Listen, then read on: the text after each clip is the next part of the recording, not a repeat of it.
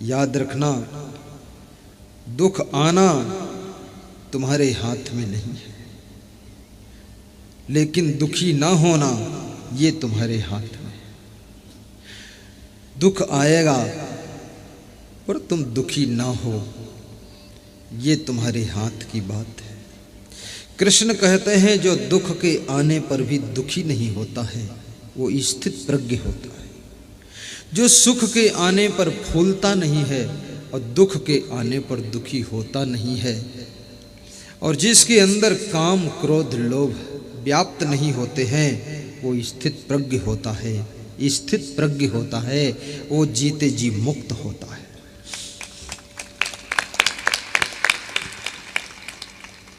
दुखेश अनुद्विग्न मनः सुखेश विगत अस्पृहा, वीतराग भय क्रोधा स्थित धीमिर्उच्यते। दुख के आने पर भी दुखी ना होना, क्योंकि दुख आता नहीं रहने के लिए, बात रह जाती है सिर्फ कहने के लिए। दुख ही सदैव परमानेंट आपके पास रहने के लिए नहीं आया है। दुख केवल तुम्हारी परीक्षा करने के लिए आता है, तुम्हारी पत्नी की परीक्षा के लिए, तुम्हारे धैर्य की परीक्षा के लिए, तुम्हारे मित्रों की परीक्षा के लिए, तुम्हारे धर्म की परीक्षा के लिए दुख आता है। दुख हमेशा 4 चीजों की परीक्षा लेता है। जब जब आपत्ति आती है, पीड़ा आती है, तो 4 चीजों का इम्तिहान होता है। रामायण में चौपाई आती है, धीरज धर्म मित्र अरु नारी, आपत्ति काल परखिए चारी। धीरज धर्म मित्र अरु नारी, आपत्ति काल परखिए चारी। जब तुम आपत्ति में फंस जाते हो उस समय 4 चीजों की परीक्षा होती है। नंबर 1 तुम्हारे धैर्य की परीक्षा होती है कि तुम्हारे पास धीरज कितना है, घबराते हो कि नहीं घबराते हो, धैर्य। दूसरा मित्र की परीक्षा होती है। चाय पीने वाले तो दोस्त बहुत होते हैं, लेकिन काम आने वाले दोस्त कौन कौन हैं ये आपत्ति के समय पता चल जाता है।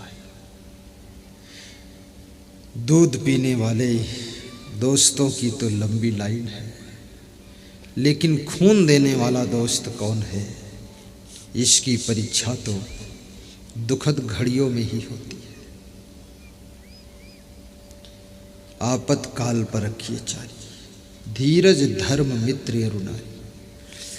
और स्त्री की परीक्षा भी, जब पति संकट में हो, पति बीमारी में हो, पति कर्जे से लदा हो, पति को हर तरफ से पीड़ा ही पीड़ा हो, स्वास्थ्य भी खराब हो, हस्ती बिगड़ गई हो और पति का सहारा सबने छोड़ दिया हो, उस समय स्त्री की परीक्षा होती है। अगर वो अपने पति का साथ देती है तो वही स्त्री धर्म पत्नी कहलाती है, धर्म पत्नी कहलाती है।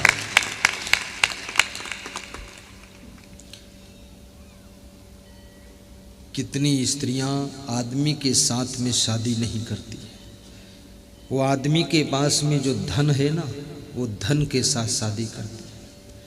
अगर धन चला गया तो वो भी चली जाएंगी, और धन आ जाए तो फिर लौट आएंगी। धन से विवाह किया है, वो धर्म पत्नी नहीं है, वो धन पत्नी है। और कितनी स्त्रियां अपने पति से विवाह करती है। पति धनवान हो तो मेरा पति है, पति बीमार हो तो मेरा पति है, और पति लाचार हो तो मेरा पति है, और पति करोड़पति हो तो भी मेरा पति है, पति अरबपति है तो भी मेरा पति है, और पति कंगाल है तो भी मेरा पति है, पति माला माल है तो भी मेरा पति है। हर स्थिति में वो पति है।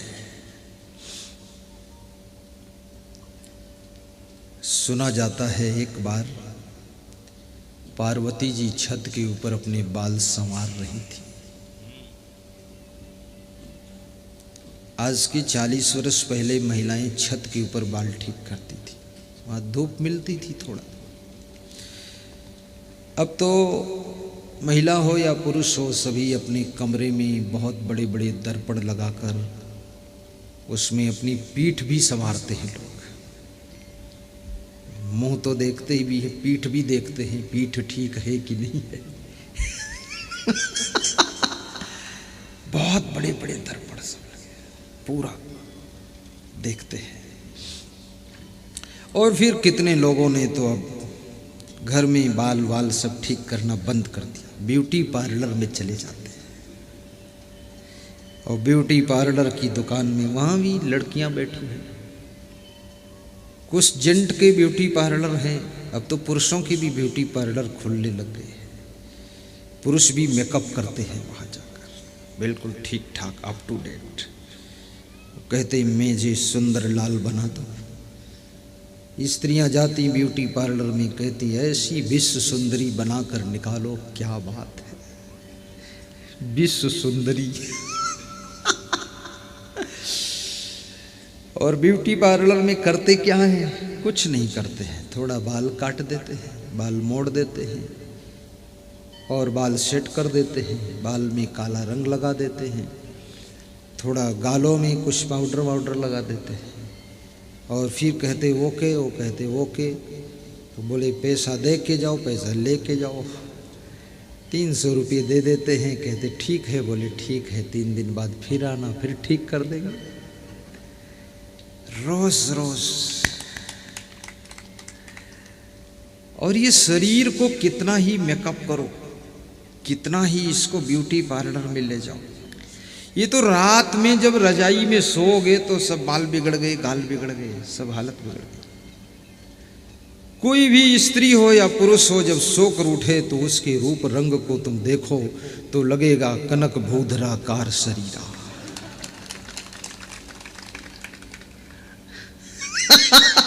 मैं तो कभी कभी देखता हूँ ना, दूर से देख लेता हूँ, कोई सोकर उठा है तो ऐसा लगता है कि भूत प्रेत चुड़ैल आ रहे हैं।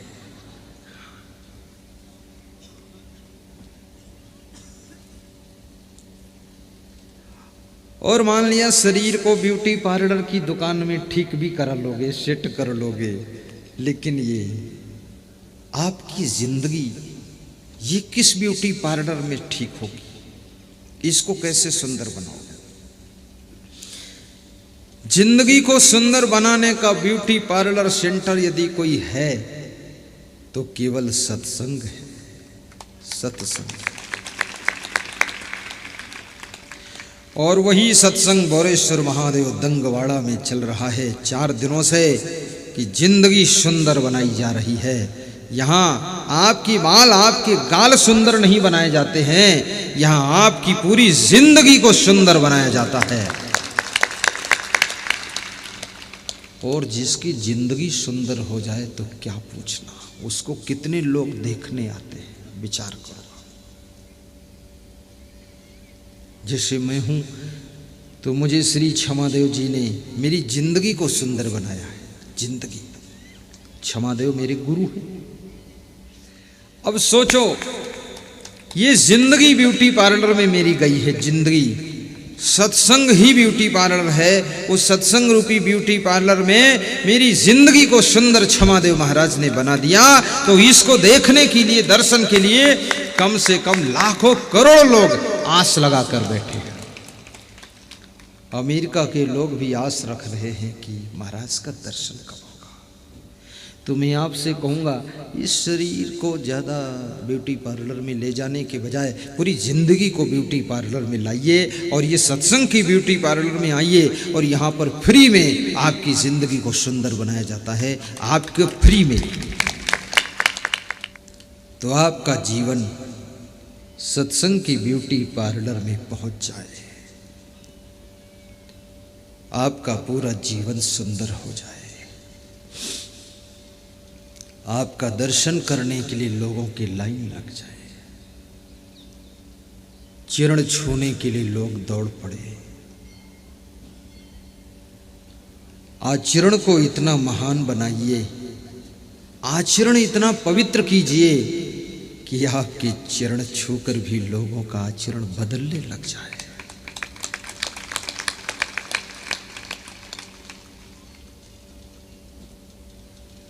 और गुरु का कभी हाथ नहीं छूना चाहिए, केवल चरण छूना चाहिए। और चरण यदि ना मिले छूने को तो दूर से हाथ जोड़कर सिर झुकाकर नमस्कार कर लेना चाहिए। किसी को धक्का नहीं मारना चाहिए, धक्का मार के चरण मत छूना, लेकिन उनके आचरण को जरूर छू लेना।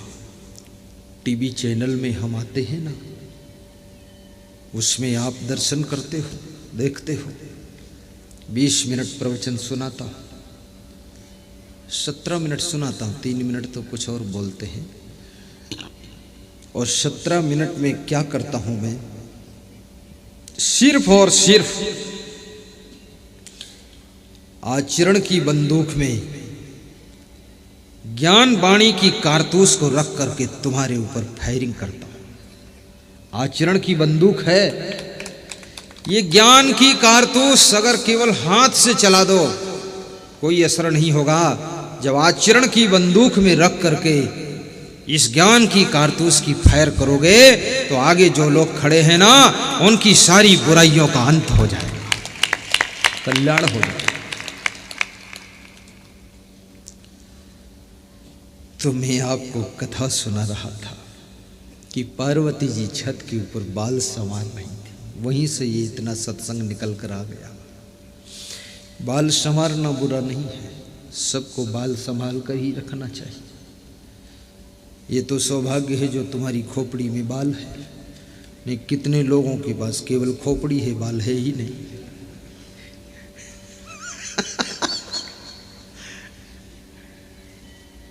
एक सज्जन मुझसे पूछ रहे थे, आप हमेशा पगड़ी बांधे रहते हो, आपकी खोपड़ी में बाल नहीं है क्या? मैंने कहा ये बात क्यों पूछ रहे हो? बोले ऐसा ही लग रहा है। तो मैंने कहा बाल तो है, लेकिन मेरी वेशभूषा है पगड़ी की, इसलिए मैं बांधता हूँ। और मैं तो अलग से ना दाढ़ी बनवाता हूँ ना मूछ बनवाता हूँ, केवल मुंडन कराता हूँ। संत का तो एक ही काम, सिर और सब बाल एक साथ बन जाए। 4 महीने बाद मुंडन करा देता हूँ, सब ठीक कंप्लीट सब हो गया, मेकअप साथ में। क्या करना है मेकअप और पिकअप?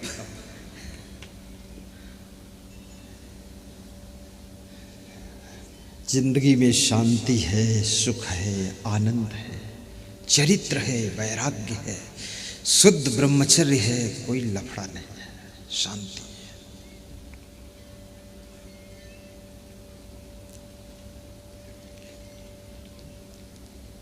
धन्य हो। तो पार्वती जी छत पर देखती हैं कि आकाश में विमान उड़ रहे हैं। शिव जी से पूछती है आज विमान क्यों उड़ रहे हैं?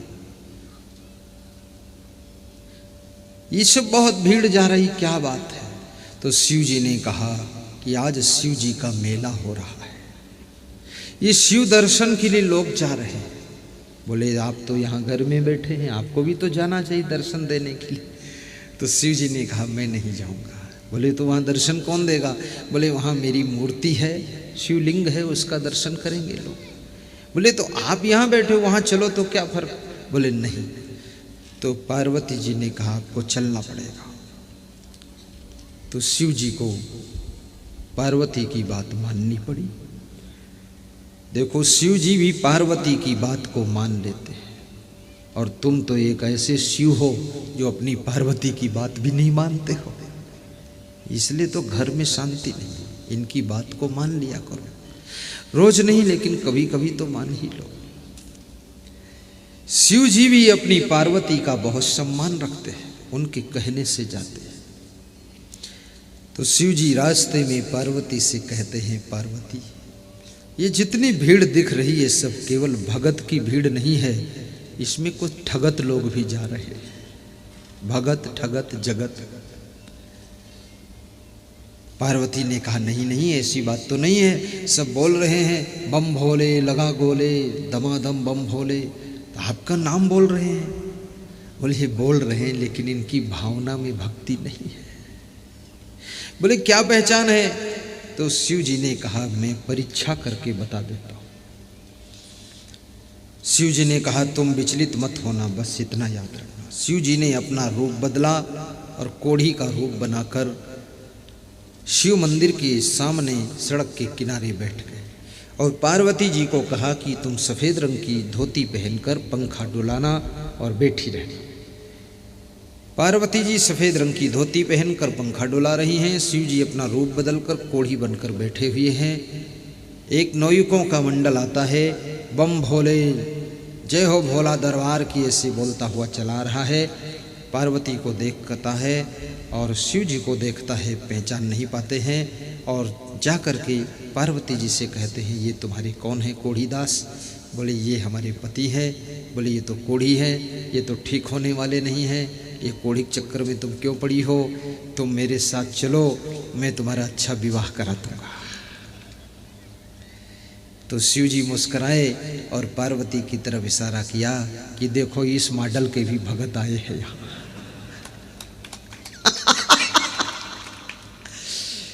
शिव जी शर्मिंदा, शिव जी खुश हुए, पार्वती जी शर्मिंदा हो गई कि मैं यहाँ ना आती तो ही ठीक था।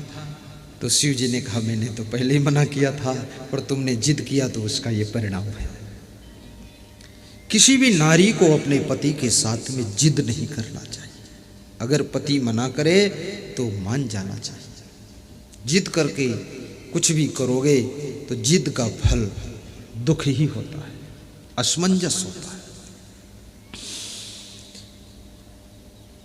पार्वती जी कहती हैं मैं अपने पति को छोड़कर नहीं जाऊंगी, आप जाइए। वो नवयुवक मंडल चला जाता है। पीछे से एक बूढ़ा आदमी पोटली में गुड़ लेकर हाथ में थैला लेकर आ रहा है। वो भी देखता है कि स्त्री बैठी अपने पति के ऊपर पंखा डुला रही है। देख करके उसको बहुत अच्छा लगा। वो बूढ़ा आदमी पार्वती जी के पास में जाता है और कहता है बेटी ये तुम्हारे कौन हैं जो कोढ़ी हो गए, इनके ऊपर तुम पंखा डुला रही हो?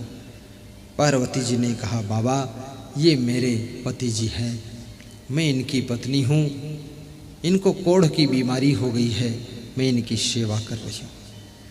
तो उस बूढ़े भक्त ने कहा बेटी ये दवाई से ठीक नहीं होंगे, ये तुम्हारे कोमल अंगुलियों की सेवा से ठीक हो जाएंगे और ऐसे ठीक होंगे कि इनसे सुंदर और कोई नहीं होगा। इनकी काया तो स्वर्ण जैसी चमकेगी, तुम सेवा करो इनकी।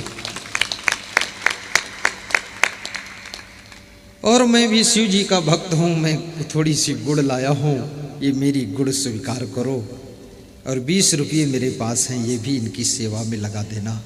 उस बूढ़े भगत ने गुड़ दिया, 20 रुपये दिए और कहा तुम मुझको नहीं लग रही हो कि साधारण महिला हो, तुम में कुछ और रूप है और ये भी मुझे नहीं दिख रहे कि वास्तव में कोढ़ी है, तो कुछ और ही होंगे। तो शिव जी ने अपना असली रूप प्रकट किया, पार्वती ने असली रूप प्रकट किया, उस बूढ़े भगत के सिर पे हाथ रखा और फिर गायब हो गया। तो शिव जी ने कहा कि देखो पार्वती ऐसे कुछ लोग तो सच्चे भक्त भी आते हैं, बाकी कुछ और भी मॉडल के लोग आ जाते हैं।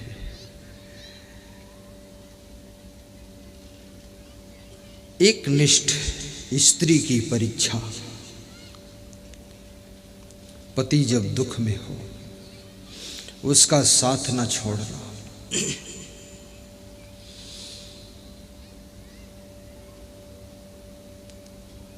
कष्टों में उम्र गुजारी है, मेरा रक्षक गुरुवर तारी है।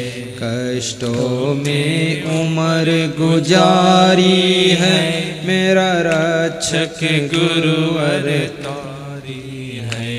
अब नहीं सहेंगे यम के मार, हमें डर किसका है। अब नहीं सहेंगे यम के मार, हमें डर किसका है। मेरा हुआ गुरु जिसे प्यार, हमें डर किसका है।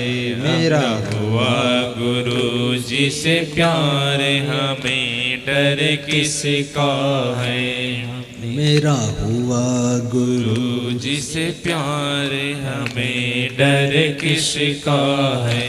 दिन रात आनंद मनाएंगे, दिन रात आनंद मनाएंगे। हम गुण सतगुरु जी के गाएंगे, हम गुण सतगुरु जी के गाएंगे। चाहे कुछ भी कहे संसार हमें डर किसका है। चाहे कुछ भी कहे संसार हमें डर किसका है। मेरा हुआ गुरु जिसे प्यार हमें डर किसका है। मेरा हुआ गुरु जिसे प्यार हमें डर किसका है। बोलो सदगुरु भगवान की जय। तो एक लड़की गरीब घर की अपने ससुराल गई और ससुराल में वाह वाह भाइयों और बहनों, वो लड़की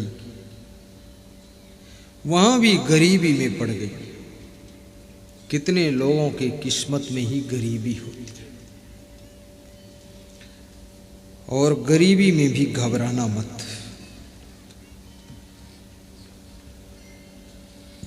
क्योंकि गरीबी, पॉवर्टी इज माई नीड, गरीबी भी मेरी एक जरूरत है। कुछ चीजें जिंदगी की ऐसी हैं जो गरीबी में ही पैदा होती है, अमीरी में मर जाती है, और बहुत सी चीजें ऐसी हैं संसार में जो अमीरी में जन्म लेती है, गरीबी में पैदा ही नहीं होती। इसलिए गरीबी आ जाए तो सेवरी बन करके भक्ति कर लेना, और बेर खिला करके अपने इष्ट देव का सम्मान कर लेना।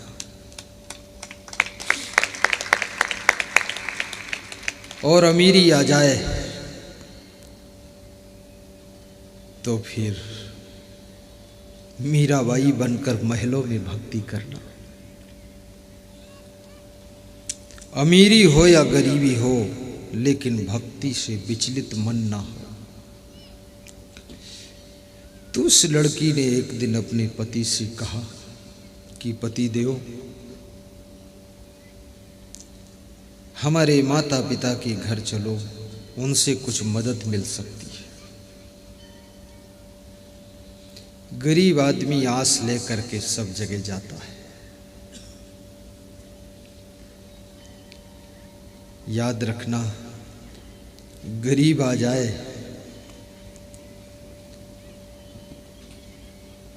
तो उसको सहयोग दे देना, अमीर आ जाए तो उसे धन्यवाद दे देना, दुखी आ जाए तो सहारा दे देना,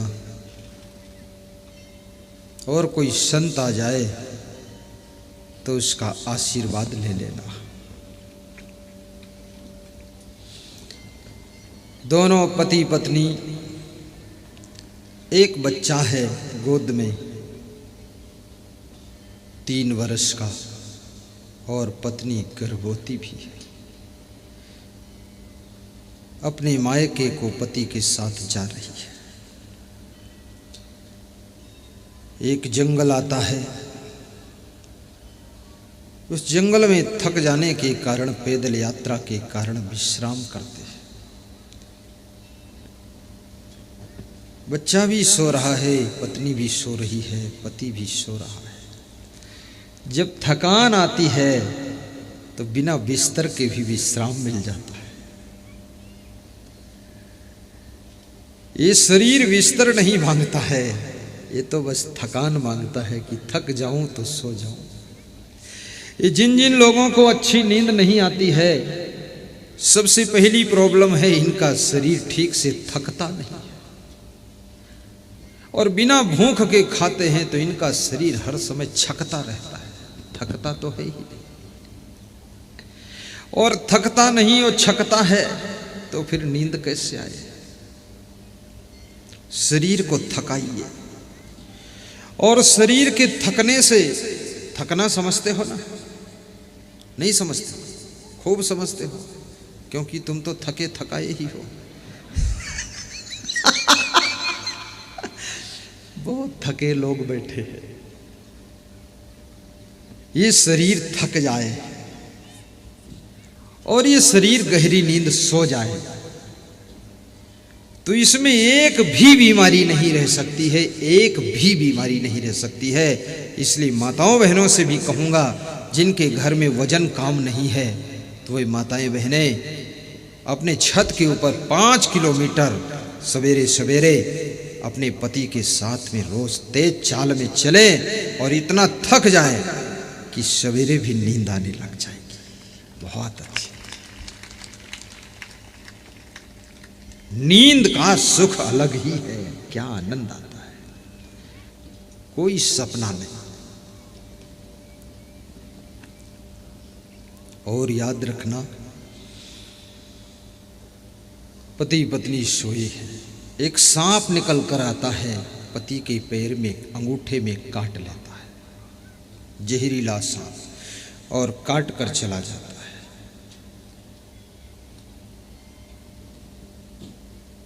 सांप के काटने से पति की नींद टूटती है और देखता है तो सांप रेंगता जा रहा है।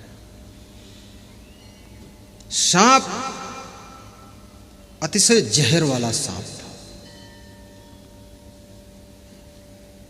पति फिर लेट जाता है। पत्नी जब जागती है, पति को उठाती है तो पति उठता नहीं है, पति क्योंकि मर चुका है। किसकी जिंदगी में किस दुख के बीच में और बड़ा दुख प्रवेश कर जाए क्या पता है। एक तो गरीबी का दुख, दूसरे पति मर गया। जंगल की लकड़ियां बटोर कर पति का दफन करके रो रो करके बेटे को गोद में लेकर के चलने का इरादा करती है तो वहीं पर एक नवजात बच्चे का और जन्म हो जाता है। गर्भवती थी महिला। अब ये प्रसव पीड़ा का दुख, पति के मरने का दुख, नवजात बेटे को संभालने का दुख, गरीबी का दुख, किसी तरह रोध होकर के अपने को संभाल कर दोनों बच्चों को लेकर मायके की ओर वो लड़की आ रही है। गांव के पड़ोस में जब पहुंचती है तो देखती है कि पानी इतना बरसात हो चुकी है कि गांव जाने से पहले एक नाला उफान पर चल रहा है। थोड़ी देर इंतजार करती है किनारे बैठकर, नाला का पानी थोड़ा कम हो जाता है।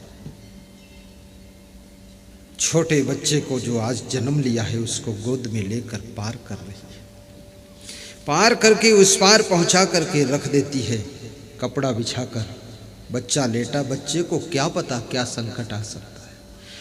अब इस बड़े बच्चे को लेने के लिए इधर बढ़ती है तो ये बड़ा बच्चा आगे बढ़ता है माँ की तरफ, नाला के किनारे आ जाता है, खिसक जाता है और नाला में गिर जाता है और तेज पानी की धार में डूब जाता है और बह जाता है। माँ उधर से जोर से दौड़ती है उसको पकड़ने के लिए, लेकिन बच्चा उसके हाथ में नहीं आता है। बच्चे की लाश बहती जा रही है।